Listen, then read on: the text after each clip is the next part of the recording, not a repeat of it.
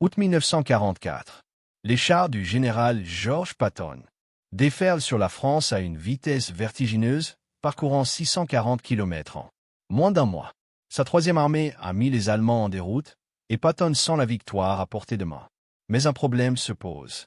Son ancien subordonné, Omar Bradley, est désormais son supérieur et vient de lui donner un ordre qui le met hors de lui. Patton atteint la ville d'Argentine, en position de bloquer. 200 000 Allemands en retraite, pris au piège dans la brèche du Goulet. La victoire est à portée de main. Il appelle Bradley pour obtenir la permission de continuer vers le nord et de refermer le piège. La réponse de Bradley changera le cours de la guerre et déclenchera l'une des décisions les plus controversées de l'histoire militaire. Voici l'histoire inédite de ce que Bradley a réellement dit lorsque Patton a refusé de s'arrêter. Pendant près d'un an, George Patton a été invisible. Après les incidents de gifles en Sicile, où il frappa 2 soldats qu'il accusait de lâcheté, le général Eisenhower avait mis à l'écart le commandant le plus audacieux d'Amérique. Pendant que d'autres généraux préparaient le jour J, Patton commandait une armée fantôme. En Angleterre, dans le cadre d'une vaste ruse visant à convaincre Hitler que le véritable débarquement aurait lieu à Kallala. Les Allemands y crurent sans réserve. Ils ne pouvaient imaginer que les Américains puissent écarter leur général le plus dangereux au moment le plus critique de la guerre. Le 1er août 1944, 7 semaines après le jour J, Patton fut enfin lancé. Sa troisième armée devint opérationnelle en France, et il était déterminé à rattraper le temps perdu. Il exposa sa philosophie à son état-major avec la franchise qui le caractérisait. Un peu de sueur épargnerait bien des pertes. La vitesse et l'agressivité étaient ses armes, et il comptait bien les utiliser sans pitié. La situation dont Patton hérita était frustrante. Pendant 2 mois, les forces alliées étaient prises au piège dans les Normandes, progressant à pas de tortue face à une résistance allemande féroce. Omar Bradley, l'ancien subordonné de Patton, qui commandait désormais le 12e groupe d'armée, avait fait preuve de prudence et de méthode. Le maréchal britannique Montgomery restait bloqué au point K. La percée survint finalement avec l'opération Cobra, et lorsque ce fut le cas, Patton s'engouffra dans la brèche comme un bouchon de champagne. Ce qui suivit fut sans précédent dans la guerre moderne, à l'exception du Blitzkrieg allemand lui-même. La troisième armée de Patton ne se contenta pas d'avancer, il fit des ravages. Ses colonnes blindées foncèrent vers le sud et l'ouest, coupant les forces allemandes en Bretagne. Puis elles firent volte-face et chargèrent vers l'est à travers le centre de la France. Ces forces se déplaçaient si vite que les tactiques traditionnelles devinrent obsolètes. Les observateurs d'artillerie à bord d'avions légers sont réquisitionnés pour des missions de reconnaissance, volant en avant pour transmettre les ordres en personne, car la radio ne pouvait pas suivre le rythme. Les soldats appelaient leur commandant le vieux sang et les tripes, et tandis que certains plaisantaient en disant que c'était leur sang et ses tripes, ils le suivaient avec une loyauté farouche. Patton menait ses troupes en première ligne. Dans son style caractéristique, casque poli, étincelant, pistolet à crosse d'ivoire à la hanche, et un klaxon sur sa Jeep qui annonçait son arrivée à des kilomètres à la ronde.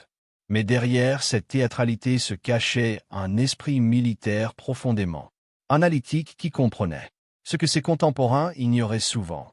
Les soldats américains combattaient le mieux lorsqu'ils avançaient sans relâche, lorsque l'élan devenait leur propre arme. À la mi-août, la troisième armée de Patton avait parcouru 400 km en moins de 30 jours. Les unités allemandes, qui avaient intimidé d'autres commandants alliés, se sont tout simplement effondrées devant l'assaut de Patton. Les 82e et 101e divisions aéroportées, attendant en Angleterre leur prochaine mission, observaient avec frustration Patton envahir sans cesse leur zone de largage prévue. Il était censé protéger le flanc sud, pendant que d'autres sécurisaient les ports. Au lieu de cela, il fonçait droit sur l'Allemagne. Et personne ne pouvait l'arrêter. Du moins pas encore. Début août, la position allemande en France était devenue catastrophique. L'ordre désastreux d'Hitler de contre-attaquer à Morta plutôt que de battre en retraite avait transformé une défaite en Anéantissement potentiel. 2 armées allemandes entières. La 7e armée et la 5e armée blindée étaient désormais prises au piège dans un étau qui se resserrait rapidement. Les forces américaines progressaient vers le nord tandis que les forces canadiennes et britanniques avançaient vers le sud.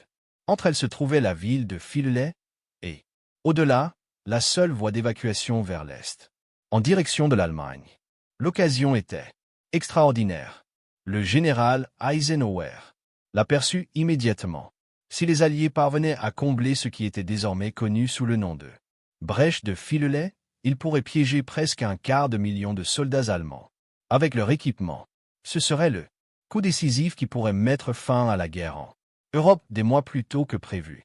Tous les stratèges militaires rêvaient d'un tel encerclement parfait. Les yeux de Patton s'illuminèrent. À la vue des cartes, son 15e corps, commandé par le major général Wade Eslip, fonçait vers le nord en direction de la ville d'Argentine.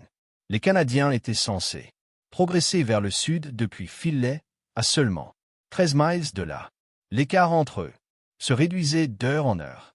Les colonnes allemandes déferlaient déjà à travers la brèche dans une retraite désespérée, harcelée constamment par les chasseurs-bombardiers alliés, qui transformaient les routes en champs de bataille.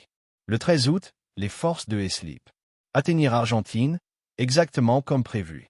Les Américains se trouvaient juste au sud de la ligne de démarcation qui séparait le 12e groupe d'armées de Bradley du 21e groupe d'armées de Montgomery. Cette ligne invisible sur la carte allait devenir la frontière la plus controversée de l'histoire militaire. Patton appela immédiatement Bradley. La conversation fut brève et explosive. Patton voyait elle, occasion lui échapper.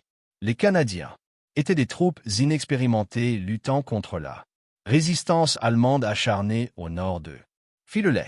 Ils n'atteindraient pas. Argentine attend. La brèche était encore ouverte et les divisions allemandes y affluaient. Toutes les heures, les forces de Patton étaient fortes, fraîches et prêtes à foncer vers le nord. Il demanda à Bradley la permission de pousser au-delà d'Argentine vers Fillele et de refermer lui-même le piège. La réponse de Bradley fut ferme. Halte à Argentine. N'avancez pas au-delà de la frontière. Patton explosa de protestations. Selon des témoins qui ont entendu l'échange, il affirma avec véhémence que ses forces pouvaient combler la brèche en quelques heures. Bradley resta inflexible. L'ordre fut maintenu. Les troupes américaines devaient tenir leur position au sud de l'Argentine et attendre que les Canadiens les rejoignent par le nord. Patton n'en croyait pas ses oreilles. Son ancien subordonné, homme qu'il avait jadis pris sous son aile, lui ordonnait de s'arrêter au moment le plus opportun. Devant le quartier général de Patton, les soldats l'entendaient crier. Il était furieux que Bradley et Eisenhower soient devenus de simples politiciens. Il était plus soucieux de satisfaire Montgomery que de détruire l'armée allemande. Certaines sources affirment que Patton aurait dit à Bradley « Laissez-moi m'occuper des filets et nous repousserons les Britanniques à la mer pour un autre. » Dunkerque. L'exactitude de ces propos reste sujette à controverse, mais le sentiment était clair. Les Allemands n'en croyaient pas leurs yeux. Ils s'étaient préparés à l'anéantissement, mais la brèche alliée Pincy restait ouverte. Environ 20 000 à 80 000 soldats allemands s'échappèrent par la brèche avec leurs commandants et leurs états-majors. Ils seraient réorganisés, rééquipés et renvoyés au combat. Nombre d'entre eux combattraient à nouveau dans la forêt de Herquin et lors de la bataille des Ardennes, causant des milliers de morts alliés. Omar Bradley était un général d'une toute autre trempe que George Patton. Alors que Patton était flamboyant et agressif, Bradley était calme et méthodique. Le correspondant de guerre, Ernie Peel l'avait surnommé le général des GI, et le surnom lui resta. Contrairement à Patton, Bradley n'avait jamais besoin de jurer ni de faire des effets théâtraux pour commander. Selon le correspondant du magazine Life, Whelan Jr. Bradley ne donnait jamais d'ordre à qui que ce soit, quel que soit son grade, sans dire « s'il vous plaît » au préalable. Il incarnait officier américain professionnel et courtois. Mais le 13 août 1944, la Décision de Bradley d'arrêter Patton n'avait rien à voir avec la politesse. C'était un calcul froid, fondé sur la réalité militaire et les enjeux politiques internes, et il allait hanter les historiens militaires pendant des décennies. Bradley expliqua plus tard son raisonnement en des termes qui semblaient logiques, mais qui ne satisfirent personne. Je préférais de loin une épaule solide à Argentino à la possibilité d'une fracture des cervicales à Filelet. Ce que Bradley voulait dire, c'était le risque de tirs amis. Si les forces de Patton avançaient vers le nord tandis que les forces canadiennes poussaient vers le sud, les deux armées se rencontreraient au milieu d'un champ de bataille chaotique, avec des colonnes allemandes tentant désespérément de s'échapper et des unités alliées convergeant de directions opposées. Les chances que Américains et Canadiens s'entre-déchirent étaient considérables. La manœuvre était dangereuse. Les théoriciens militaires l'appelaient passer les rangs, et Bradley jugeait le risque trop élevé. Mais il y avait plus que de simples considérations tactiques dans la décision. La ligne de démarcation entre les secteurs américains et britanniques-canadiens avait été établie par Montgomery, qui commandait toujours toutes les forces terrestres alliées. En France, Bradley devait respecter cette ligne de démarcation à moins que Montgomery n'accepte de la modifier. Et Montgomery avait clairement indiqué qu'il voulait que ses forces, en particulier les Canadiens, soient celles à combler la brèche à Filelet. Le prestige de la prise de la ville et de la fermeture du piège était considérable. La réputation de Montgomery était entachée, tandis que Patton traversait la France à toute vitesse, faisant la une des journaux et conquérant du territoire. Montgomery avait été critiqué pour sa lenteur et son approche prudente. La presse britannique commençait à poser des questions embarrassantes. Montgomery avait besoin d'une victoire pour redorer son image et les archives nationales étaient censées lui apporter cette victoire. Certains historiens, dont l'auteur canadien Richard Romé, ont par la suite soutenu que Montgomery avait délibérément freiné Patton. Bradley voulait s'assurer que ses propres forces reçoivent la gloire. Il se retrouva pris entre deux feux. D'un côté, Patton, son ancien commandant et collègue de longue date, réclamait à corps et à cri qu'on le laisse faire pour en finir avec les Allemands. De l'autre, Montgomery et la nécessité politique plus large de maintenir l'unité des Alliés. Bradley devait également tenir compte de la grande stratégie d'Eisenhower, qui privilégiait une approche sur un large front plutôt que de concentrer toutes les ressources sur l'offensive d'un seul commandant. La décision de stopper Patton s'inscrivait dans ce cadre plus large. Bradley avait une autre préoccupation qu'il n'exprima pas à l'époque. Il connaissait le tempérament de Patton. Si on le lâchait au-delà de l'Argentine, Patton pourrait ne pas s'arrêter à Filelet.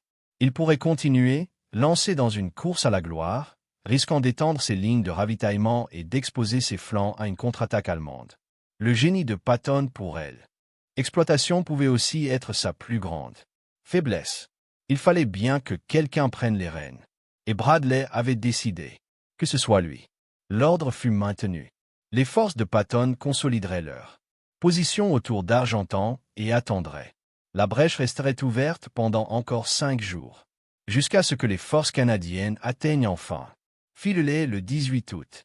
À ce moment-là, des dizaines de milliers d'Allemands s'étaient échappés, bien qu'ils aient abandonné la majeure partie de leur matériel lourd.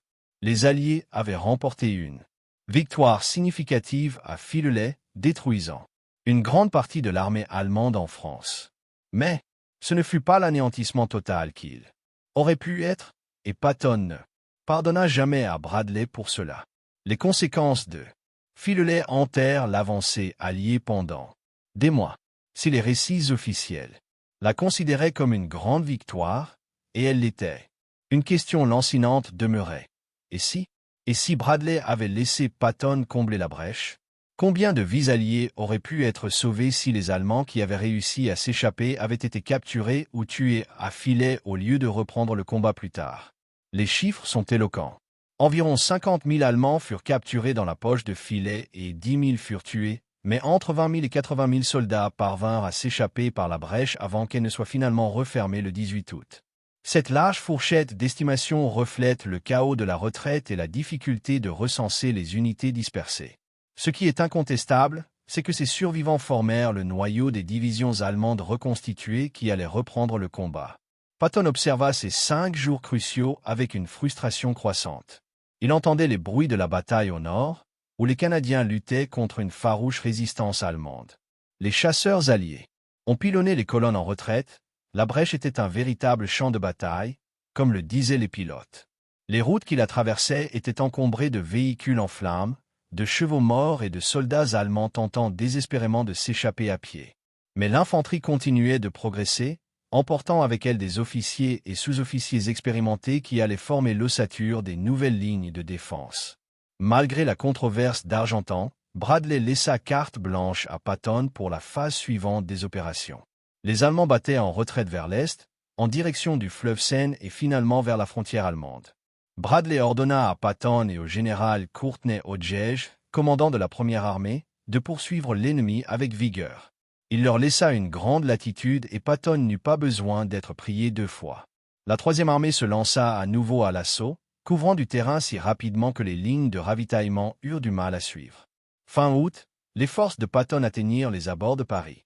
En signe de solidarité alliée, l'honneur de libérer la capitale française fut confié à la 2e division blindée française, sous le commandement du général Philippe LLC. Mais c'est là, percée de Patton qui rendit cela possible. 5 jours seulement après la chute de Paris, le 30 août, l'opération Overlord fut officiellement déclarée terminée. En 3 mois, les Alliés étaient passés de la défense des têtes de pont en Normandie à la libération de la capitale française. Mais survint alors la crise de ravitaillement que Patton redoutait tant. Ces chars tombèrent littéralement en panne de carburant. Le 31 août, la grande avancée s'arrêta net, non pas à cause de la résistance allemande, mais par manque de carburant. La 3e armée avait pris une telle avance que la logistique ne pouvait plus suivre. Tout devait encore transiter par les plages et les ports conquis de Normandie, désormais situés à des centaines de kilomètres derrière les lignes de front. Patton pensait être prioritaire pour les approvisionnements compte tenu de son succès spectaculaire. Il fut consterné d'apprendre le contraire. Eisenhower privilégiait le plan ambitieux de Montgomery, appelé Opération Market Garden, une offensive aéroportée conçue pour s'emparer des ponts des Pays-Bas et ouvrir une voie vers le nord de l'Allemagne. L'essentiel du carburant et des approvisionnements entrants était acheminé vers le nord, vers les forces de Montgomery. La 3e armée de Patton devrait attendre cette décision. Furieux Patton, qui se sentait puni pour ses controverses antérieures. Dans son journal, il consigna de vives plaintes d'être retenu, alors que la victoire était à portée de main. Il était convaincu que, si elle avait reçu des approvisionnements suffisants, sa 3e armée aurait pu percer la ligne Siegfried et franchir le Rhin début septembre, mettant potentiellement fin à la guerre des mois. Plus tôt, la faisabilité de ce plan restait sujette à débat. Les historiens débattent encore de la capacité des lignes de ravitaillement de Patton à soutenir une telle pénétration en Allemagne. Ce qui est incontestable, c'est la suite des événements. Market Garden connut un échec retentissant fin septembre. La guerre, que beaucoup pensaient voir se terminer pour Noël 1944, s'éternisa à travers un hiver rigoureux. En décembre, les forces allemandes qui s'étaient échappées à Phil contribuèrent à former le fer de lance de la dernière tentative désespérée d'Hitler. La bataille des Ardennes. La bataille des Ardennes, en décembre 1944, s'avéra être le moment de gloire de Patton, ironiquement rendu nécessaire par les mêmes forces allemandes qui s'étaient échappées à Phil, lorsque les panzers allemands percèrent les faibles positions américaines dans la forêt d'Ardan, créant une dangereuse brèche dans les lignes alliées. Eisenhower convoqua une réunion d'urgence à Verdun le 19 décembre. La situation était désespérée. Les forces allemandes avançaient vers la rivière Meuse et les défenseurs américains à Bastogne étaient encerclés. La salle de réunion était chauffée insuffisamment par un seul poêle à bois. Eisenhower tenta de présenter la crise sous un jour positif, demandant seulement des visages souriants à la table de conférence. Patton jamais enclin à un optimisme béat, livra une évaluation typiquement directe. Puis il fit une promesse qui semblait impossible. Bon sang, ayons le cran de laisser ces fils de Dieu aller jusqu'à Paris. Ensuite, nous les couperons net. Et nous les anéantirons. Sollicités pour des précisions sur la rapidité avec laquelle ils pourraient attaquer le nord pour secourir les Allemands. Patton stupéfia tout le monde. Dès que vous en aurez fini avec moi, je peux attaquer après-demain matin. Ce n'était pas de la simple bravade. Patton lisait des rapports de renseignement. Depuis début novembre et soupçonnait une offensive allemande imminente. Il avait ordonné à son état-major de préparer des plans d'urgence pour faire pivoter la 3e armée de 90 degrés vers le nord. Le moment venu, ces forces exécutèrent l'une des manœuvres les plus complexes de l'histoire militaire, faisant pivoter une armée entière perpendiculairement à ses lignes de communication et se lançant dans la bataille. En moins de 72 heures, la relève de Baston est devenue légendaire, l'un des exploits les plus célébrés de la guerre. Bradley a observé la performance de Patton pendant la montée des Ardennes avec des sentiments partagés. La décision de s'arrêter à Argentine le pesait encore. Des années plus tard, dans ses mémoires, Une vie de général, publiée à titre posthume, Bradley défendit son choix. Il affirma que le risque de tirs amis était réel et important. Il soutint que réduire l'écart à filet, bien que souhaitable, ne valait pas le coût potentiel d'un massacre entre unités américaines et canadiennes dans la confusion. Mais Bradley admit également autre chose. Il s'inquiétait de la gestion de la personnalité instable de Patton et de ses déclarations publiques explosives. Les conséquences politiques d'une liberté totale accordée à Patton devaient être prises en compte.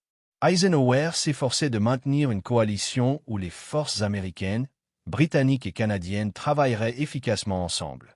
Laisser Patton poursuivre sa progression au-delà d'Argentine aurait peut-être résolu un problème militaire tout en créant une crise diplomatique.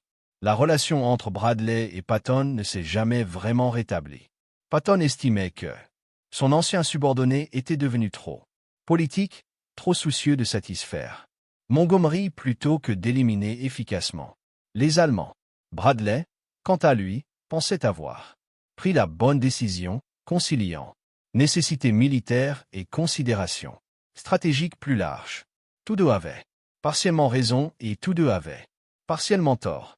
Après la guerre, les analystes militaires étudièrent sans relâche la brèche de Filet.